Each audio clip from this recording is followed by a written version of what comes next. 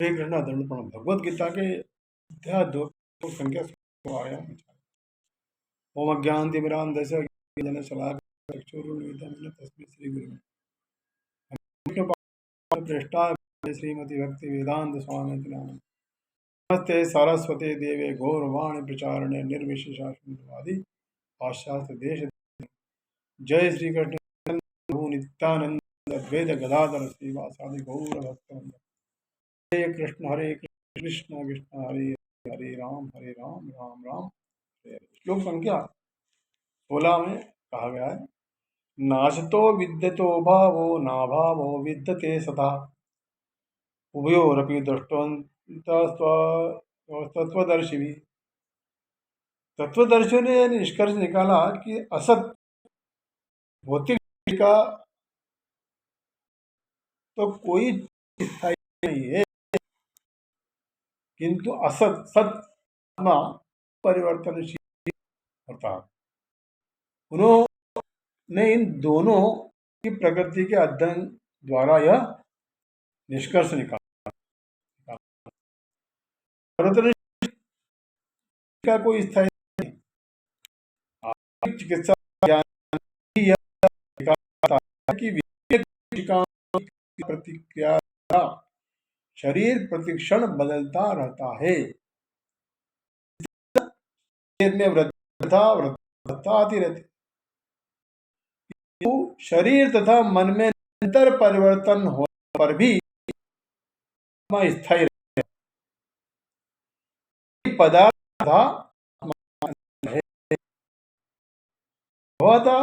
है नित्य परिवर्तनशील रहता है और आत्मा सनातन है। तत्वदर्शन है, चाहे निर्विशेषवादी हो या सगुणवादी, इस निष्कर्ष की स्थापना है। विष्णु पुराण में कहा गया है कि विष्णु तथा उनके धाम स्वयं प्रकाश से प्रकाशित है।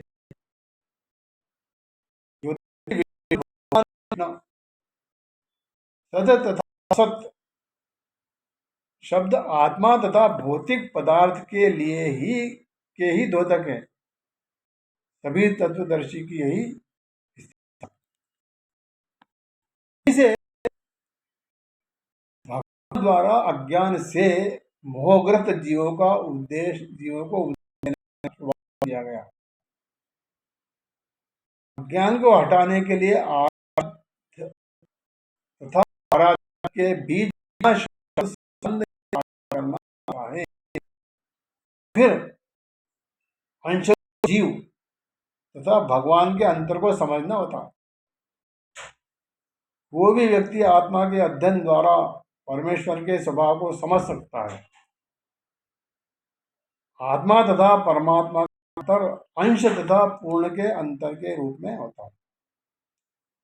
वेदांत सूत्र तथा श्रीमद् भागवतम में परमेश्वर को समस्त उद्भव प्रकाश का मूल माना गया है। ऐसे उद्भव का अनुभव परा तथा अपरा प्राकृतिक क्रमों द्वारा किया जाता है। जीव का संबंध परा प्रकृति से है।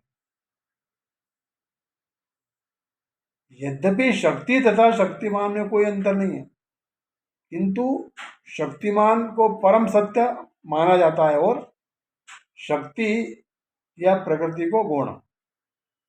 अतः सारे जीव उसी तरह परमेश्वर के सदैव अधीन रहते हैं जिस तरह सेवक स्वामी के या शिष्य गुरु के अधीन रहता है।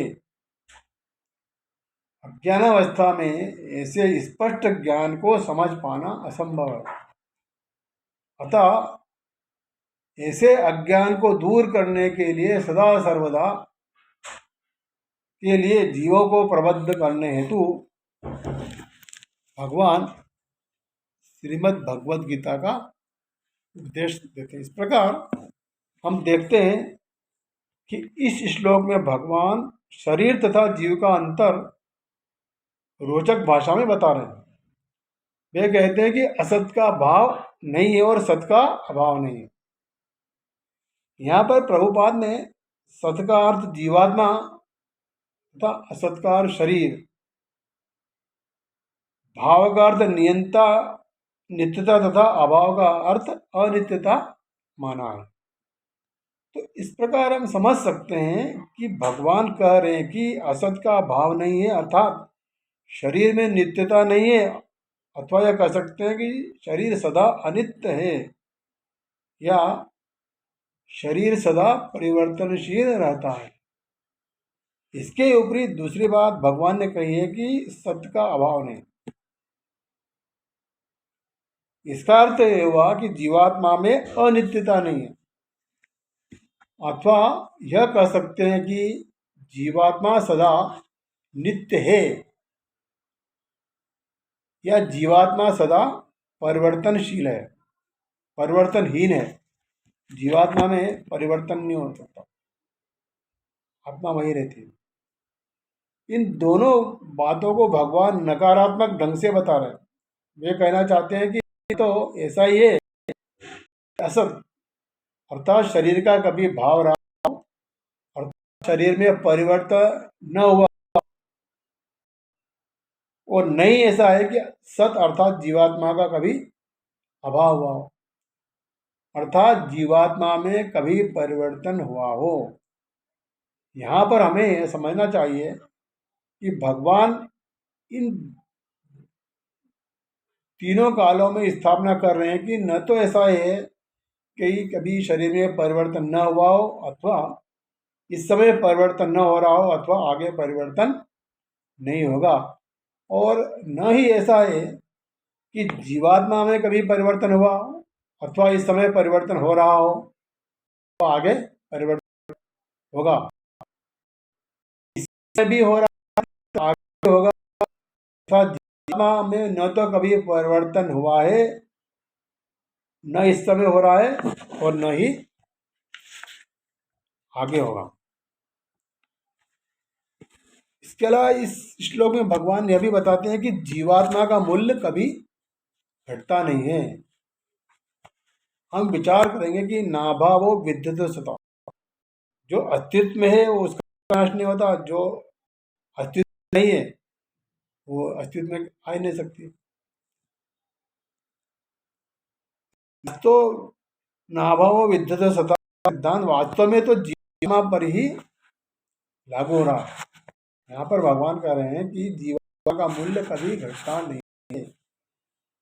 कभी जीवित शरीर या मनुष्य शरीर के मूल्य की चर्चा की है, वो वास्तव में जीवात्मा के कारण।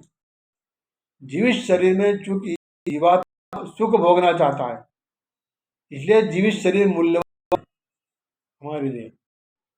और चूंकि मनुष्य शरीर के द्वारा जीवात्मा भवसागर को पार करना चाहता है या भगवान को भवसागर को पार कर सकता है, इसलिए मनुष्य शरीर मूल्यवान है। परंतु यदि जीव शरीर की या मनुष्य शरीर की तुलना जीवात्मा की जाए, हम समझ सकते हैं कि जीवात्मा के तुलना में कोई नहीं। यहाँ श्री कृष्ण को समझा रहे हैं कि यद्यपि इस महाभारत युद्ध में अनेक योद्धाओं के शरीर नष्ट होने वाले, परंतु जीवात्माओं को उत्तम गति प्राप्त होने वाली है।